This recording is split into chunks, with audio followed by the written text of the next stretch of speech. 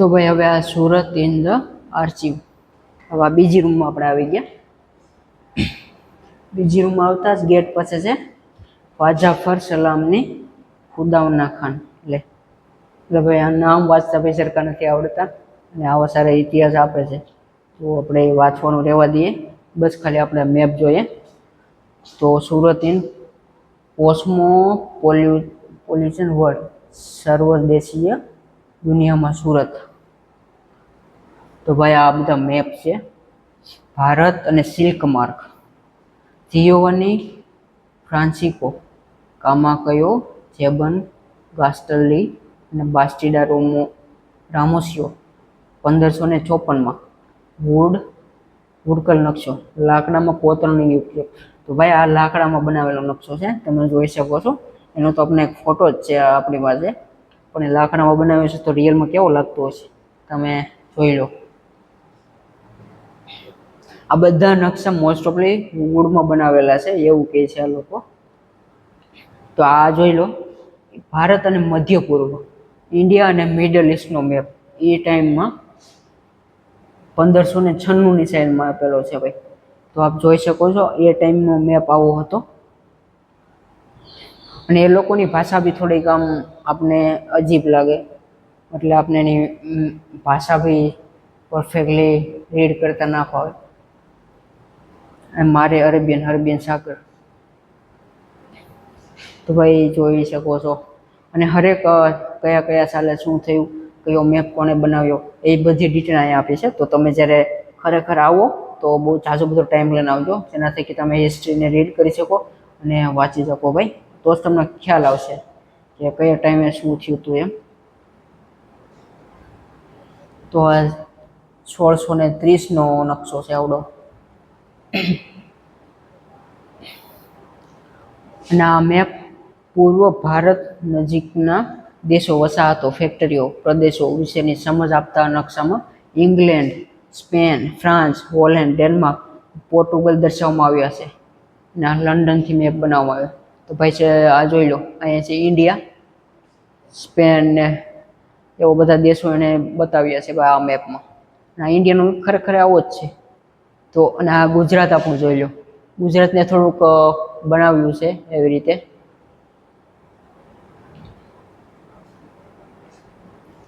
અને આ મુઘલનો નકશો છે, એની ભાષા તમે જોઈ શકો છો મુઘલ. તો ભાઈ મુઘલનો નકશો છે આ. ઉત્તર ભારત મુઘલ સામ્રાજ્ય, કેટિસ સિલિબી ઇબ્રાહિમ મુટેફેરિકા, ઇસ્તુબુલ. તો આ ઇસ્તાનબુલનો મેપ હશે ભાઈ, ઇસ્તાનબુલ. અને એ પણ 1732નો મેપ. અને આ મેપ સુરત, મુંબઈ, બોમ્બેની આજુબાજુની વસાહતોનો નકશો. Thomas Kitchin, London. આ લંડનમાંથી મેપ આવ્યો હતો અને એ સુરત અને મુંબઈની આજુબાજુની જે મિલકત વસાહતોનો નકશો. ભાઈ એમાં સુરત જો અહીંયા આપણું સુરત રહ્યું.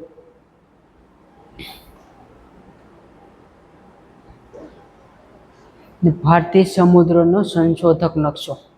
આ જોઈ શકો છો, આ દરિયાનો નકશો.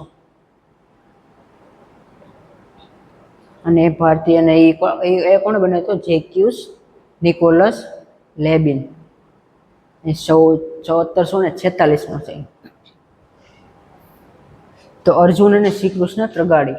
બાલાજી રોડ પર આવેલ ભવ્ય બાલાજી મંદિરના સ્થાપક અર્જુન શ્રી શરાફી વ્યવસાય સાથે વ્યાપારિક પ્રવૃત્તિઓનું પણ સંચાલન કરતા હતા. વડોદરા, મુંબઈ, જુનાગઢ, કોલકાતા, મુર્શિદાબાદ, ચેન્નાઈ, લખનઉ, બનારસ, આગ્રા, ઇન્દોર, જયપુર, ઉજ્જૈનમાં એમની પેઢીઓની શાખા હતી. 18મી સદીમાં સુરતમાં ઈસ્ટ ઇન્ડિયા કંપનીને નાણાંના ધીરનાર પેઢીઓમાં શ્રી કૃષ્ણ ત્રગાડીની પેઢી મુખ્ય હતી. તો ભાઈ ઈસ્ટ ઇન્ડિયન કંપનીને જેને લોન આપી હતી એ કોઈને શ્રી કૃષ્ણ ત્રગાડી હતા.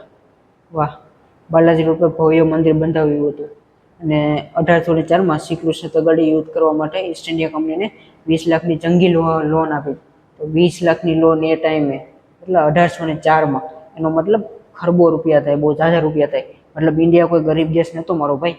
ખાલી એક બંદા પાસેથી જો 20 લાખની લોન લીધી હોય તો એનો તમે મિનિંગ્સ જોઈ શકો છો કે ઇન્ડિયા બહુ અમીર દેશ હતો. શાયદ આજનો અમેરિકા છે ને એનાથી ને બી વિશેષ એ ભારત એ ટાઈમે હતું. તો ભાઈ ખરેખર ઇન્ડિયા કોઈ ગરીબ દેશ નહોતો, જેમ મેં વિડીયોમાં કીધું. તો અમેરિકા કરતાં બી શક્તિશાળી હશે એ ટાઈમે, એટલે જ એ લોકો અહીંયા આપણા લૂંટવા આવ્યા હતા. ખરેખર ઇતિહાસમાં જે કીધું એનાથી ને ભાઈ વિશેષ અને ભયંકર હશે, મને તો એવું લાગી શકે છે.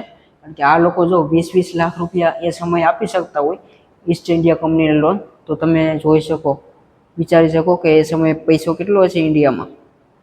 ખરેખર બહુ અજીબ વાત છે ભાઈ. તો 20 લાખની જંગી લોન આપી હતી ને યુદ્ધના વિજય નિમિત્તે શ્રી કૃષ્ણ તગાડીએ સરપાવ દ્વારા બિરદાવવામાં આવ્યા હતા. એનું સરપાવનું બિરુદ આપવામાં આવ્યું હતું. અને આ પેઢીના વારસા તરીકે ત્રિવેદી કુટુંબ બાલાજી મંદિરનો વહીવટ સંભાળે છે.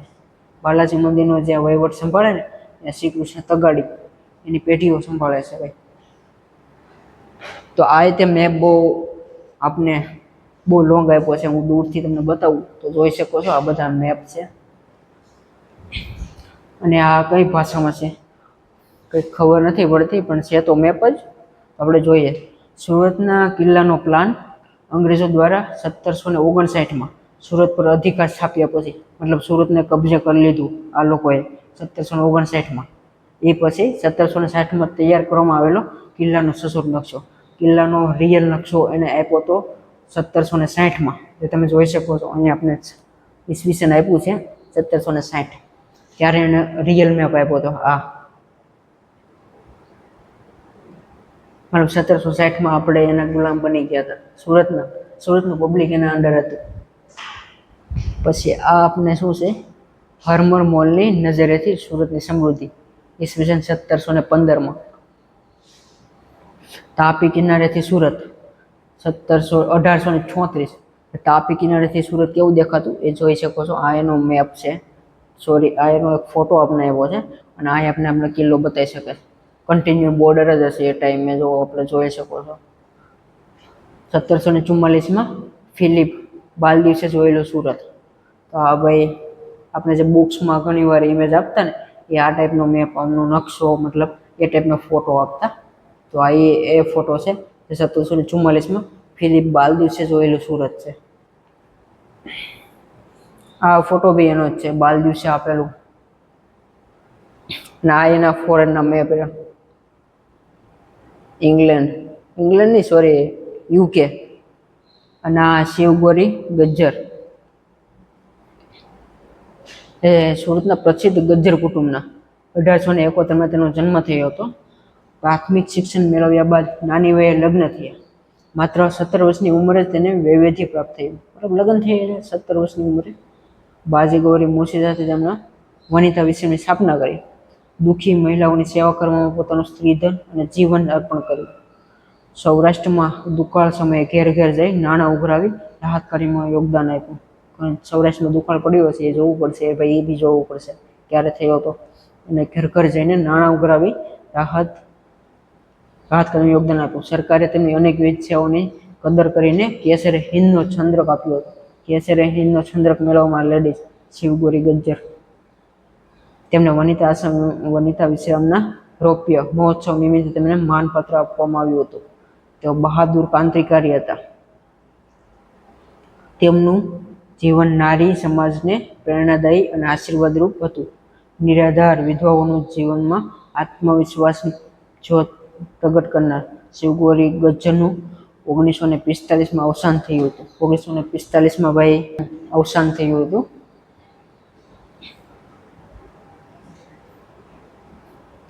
તો ભાઈ હવે આપણે જોઈએ સુરતની આર્કિવ્સની ત્રીજી રૂમ છે. તો એમાં ગેટ પાસે છે ચંદ્રવદન મહેતા, જે એક લેખક હતા, ચંદ્રવદન ચીમનલાલ મહેતા.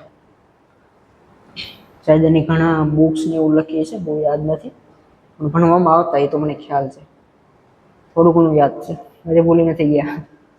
તો આ 1700 સુરતના કિલ્લાના નકશાને સ્વીકૃત કરી ફરીથી ડંકારેલ.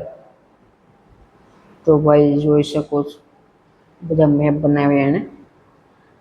1729માં સુરતના કિલ્લાના સચોટ અસલ નકશા ઉપર આધારિત ફરીથી કંડારેલો નકશો, જેમાં સમગ્ર પરિયોજના, સમારકામ, નવા કામ, મેદાન તથા નગરના ભાગ, કિલ્લાની આસપાસની દિવાલો દર્શાવેલી છે. આ જેમ જેમ એ લોકો કામ કરતા ગયા તેમ તેમ એના મેપ છે ને અપડેટ થતા ગયા. તો તમે જોઈ શકો છો ભાઈ, આ એના બધા મેપ છે. અને આ 2015 નું શું છે, ઈસવીસન 2015 વર્તમાન સમયમાં કિલ્લાનું વિકાસ કાર્ય દર્શાવતો મેપ. તો જ્યારે 2015માં જ્યારે આ લોકોએ રિનોવેશન કર્યું છે, તો ભાઈ ત્યારે એનું મેપ. તો આ એની એન્ટ્રી છે, એન્ટ્રી ના મોડ. આ મોડ જે પેલી હતી ને, પેલી આપણે બહાર જે બતાવેલી,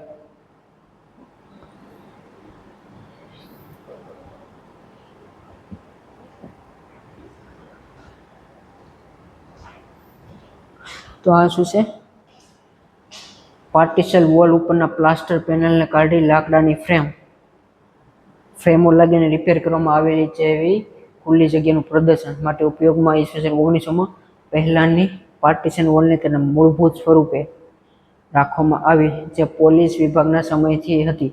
અહીંયા બારીઓના શટરને બદલીને સ્ટેન ગ્લાસ લગાવવામાં આવ્યા, દિવાલને આછિત પ્લાસ્ટર કરવામાં. તો જ્યારે જ્યારે એ લોકોએ ભાઈ કામ કર્યું અંદરની સાઈડ, તો એ આવી રીતે કામ કરતા. તો આ એનો ફોટો છે. અંદરનું જે પાર્ટીશન કરવામાં આવતા ને, એ લોકો આવી રીતે કામ કરું. ત્યારે મોસ્ટ ઓફલી લાકડામાં જ થતું.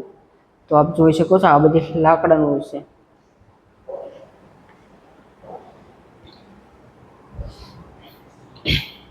તો આ એ સમયે જ્યારે મેપ નહીં, સોરી, બસ આ તસવીર કિલ્લાના દક્ષિણ ભાગમાં રેમ્પાર્ટની છે. છતને સાફ કરી સંરક્ષણ કાર્ય દ્વારા પૂર્ણ ઉપયોગ કરવા લાકડીને જોડીને છતને બનાવવામાં આવી. કાટમાળને સાફ કરતા નીચે મૂળભૂત તળિયું મળ્યું, જેના પર લાકડાના પટ્ટા લગાડ્યા.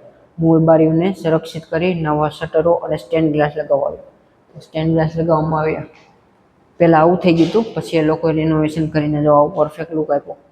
તમે જોઈ શકો છો, બહુ પરફેક્ટ. અને રિયલમાં અત્યારે એ જ છે. તો આ બારી બી એ જ છે, જે ફોટોમાં છે સિમ્પલ એ રીતે જ છે. તો ભાઈ જ્યારે રિનોવેશન કરવામાં આવ્યું, તો આ જોઈ શકો બહારનો લુક આ હતો. અને પછી એ લોકોએ કલરિંગ કામ કરીને જોઈ લો ભાઈ, આવી રીતે કામ કર્યું.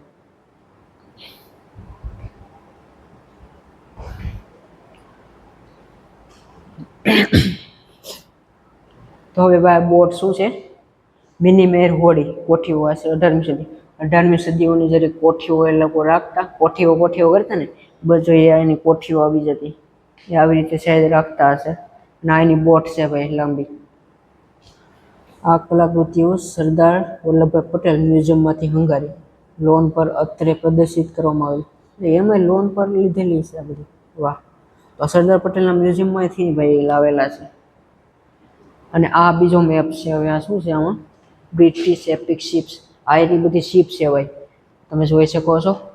એને રોયલ ને, એન્ટેલોપ ને, એન્સેન્શન ને, બેટમેન ને, બર્કલી કાસ્ટ ને, બ્લેસિંગ ને, બુલ ને, આટલી બધી બોટ એ ભાઈ લાવ્યા હતા. તો મતલબ કેટલો એને લૂંટવો હશે આપણે જોઈએ. અંગ્રેજોની ઈઆઈસી બોટ. નસીબ ઓફ એસટી મુઘલ સમયગાળાનું ઉમરાવનું જહાજ. 10ની VOC મર્ચન્ટ શિપ. આ વેપારનું જહાજ છે, મર્ચન્ટ શિપ. આ સમયની રોહમી, તોરી, સલામતી, ફૈથી, જહેદી, અહેમદાબાદ, ડાયમંડ, સી ફ્લાવર. તો ભાઈ ટુરિસ્ટ બધા આવવા માંડ્યા છે. આ જોઈ લો, આ છોકરાઓ આવ્યા. અહીંયા શું જ્યારે લોકો આવતા, તો કયાથી કયા સમુદ્રનો દરિયો કિનારો લેતા. તો જોઈ શકો છો, ટીકુ માર્યો ને Canaries. Sweden ship Albertino Sweden ship. ત્યાં તો 1750 થી 1760માં. તો કયો રૂટ લેતા, જેમ કે આ આરબમાં લેતા, મિડલ ઈસ્ટ. ને આ ગુજરાત છે આપણું ઇન્ડિયાનું. અહીંથી મિડલ ઈસ્ટમાં જતા, અહીંથી બે લોકો જતા સાઉથમાં થઈને, અને માલદીવ્સ ને સિયામ, બેંગાલ તો ઓછા આવતા. મોસ્ટ ઓફલી જો અહીંયા જ આવતા સુરત, કારણ કે સુરત સૌથી મોટું એનું ટ્રેડ સેન્ટર હતું. ટ્રેડ સેન્ટર હતું એટલે જ એ લોકો સૌથી વધારે બોટ લાવતા. કઈ કઈ બોટનો કઈ કલર છે એ થ્રુ આપણે અહીંથી ખબર પડે.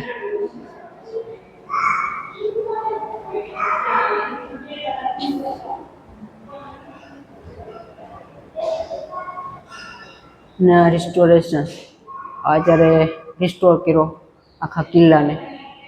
કદાચ ખબર નહીં ટાઈમે યુદ્ધ થયું હોય તો કદાચ પડ્યો બી હોય આપણને. પછી 18મી સદીનો આ ખડો છે મેટલ જ હશે શાયદ, મેટલ જ હોવું જોઈએ. ટ્રેડનો ઝાડ મતલબ ટ્રેડ આમાં લોકો કરતા, હું ટ્રેડ ઝાડ કીધું છે.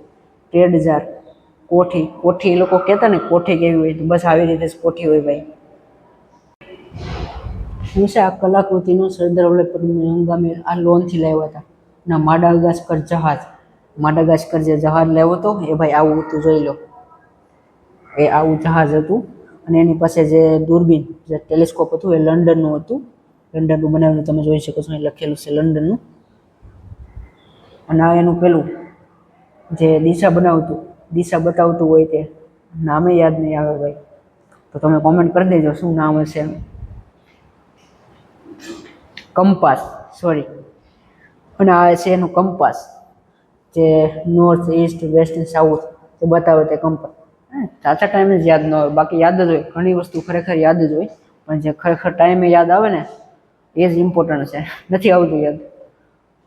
નીચેની ઉપર તરફ રેમકોટ વૃક્ષની દિવાલ, તો આ ભાઈ જે દિવાલ એ લોકો રિનોવેશન કર્યું તો એ ટાઈમની ડ્રોઈંગ છે.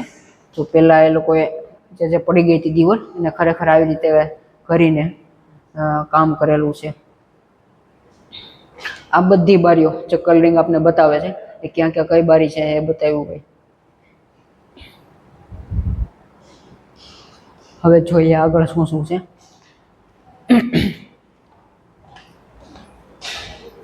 શું છે? સુરાહી, આશરે 18મી સદીના ડીશ.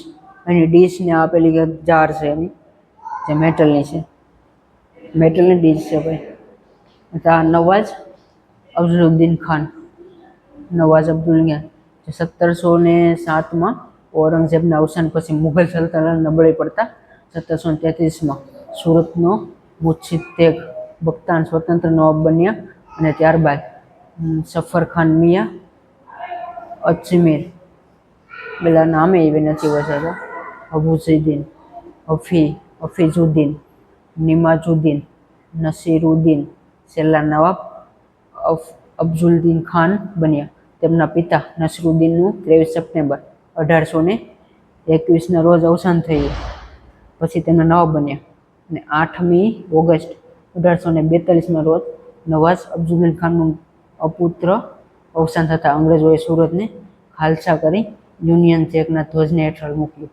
સુરતના છેલ્લા રાજ કરતા નવાબના વ્યક્તિત્વને ઉજાગર કરતું યુરોપિયન કળાકારે તૈયાર કરેલું આ ભવ્ય તૈલચિત્ર તેમના શુભ્ર વસ્ત્રાદી નવાબે પોતાના કમરબંધના ડાબી બાજુ ખસેડેલા ખંજરના ડાબાના હાથ સહજતાથી ટેકવ્યો. તેમને જમણા હાથમાં ગુલાબનું ફૂલ ધારણ કર્યું હતું, જે સુરતના નબળે કાળના અંતિમ ઐતિહાસિક અવશેષની યાદ અપાવે. ભાઈ એને ગુલાબ લીધું હતું જમણા હાથમાં. હવે એને જોઈ શકો છો આમાં જે અત્યારે જે સિગરેટ પીવે હુક્કો, આજે હુક્કો ભાઈ, આ રિયલમાં હુક્કો આવો હતો. સારો છે ભાઈ. અને આ શું છે? ડેગર, ખંજર, આશરે 18મી સદી, સેન્ચુરી એડી, થૂકવાની. આ ખંજર ભાઈ એની આવી હતી, અને આ થૂકવાની. અને આ પાનનો ડબ્બો, એ લોકો ખરેખર પાન ખાતા એટલે આવી રીતે. આ સોપારીને એ તો ટાઈમનું ના હોય, મને તો ડાઉટ લાગે છે, પણ એ તો હમણાંનું જ છે. પણ એ પાનની જે ડબ્બા બનાવતા આવું હતું. બહુ સારું છે ભાઈ. અને આ સુરાહી કહેતા. અને પાણી ભરવાનું પાત્ર, પાણી ભરવાની જે મલ્લિક ગોપી છે, ગોપી તળાવ ગોપીપુરામાં આવેલું તેનો બી ઇતિહાસ. Sir Theodore C Hope. તો ભાઈ આપણે આ 4 રૂમ પૂરી કરી, હવે આગળ જઈએ.